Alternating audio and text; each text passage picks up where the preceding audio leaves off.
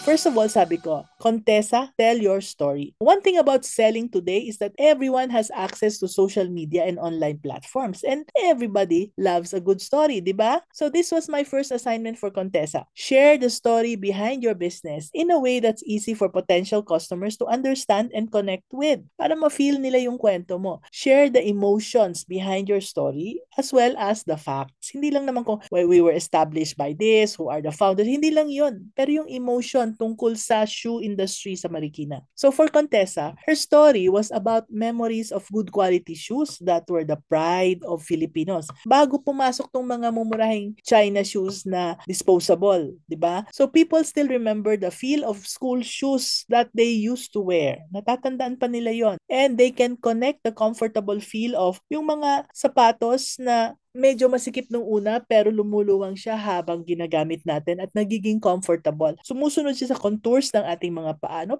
Parang yung hug ng ating mom. Ganon, di ba? Parang comfortable na comfortable. So, highlight what makes your business unique, sabi ko kay Contessa, and why people should choose you over yung mga competitors mo, especially yung mga mumurahing China brands. After that conversation, nakita ni Contessa na pwede pala akong mag-build ng strong emotional connection sa mga individual na Pinoy, bawat isang Pinoy na customer na gusto yung kanilang pagmamahal sa ating bansa. They love our country so much that anything that is built in our country, they will support. So meron palang mga ganon. At saka sabi niya, I can create pala a story for them so that they will be aware of what's happening to the shoe industry of Marikina. So she can even attract yung mga potential business partners, yung mga tindahan na gusto rin na tulungan yung sariling atin.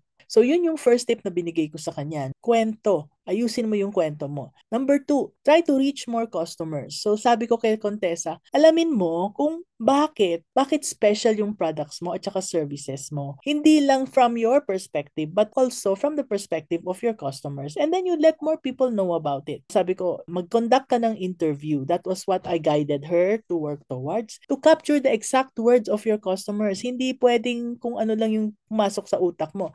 Exact words ng customers mo because pwede mong ibalik sa kanila yung exact words and pictures that grab their attention like catchy headlines at saka colorful images. Pwede mong gamitin yon. So when you use those exact same words and pictures that grab their attention, this will surely help you get noticed by yung mga individual customers na mahilig sa mga shoes na matitibay and who will also be interested in the quality and the styles that you have to offer.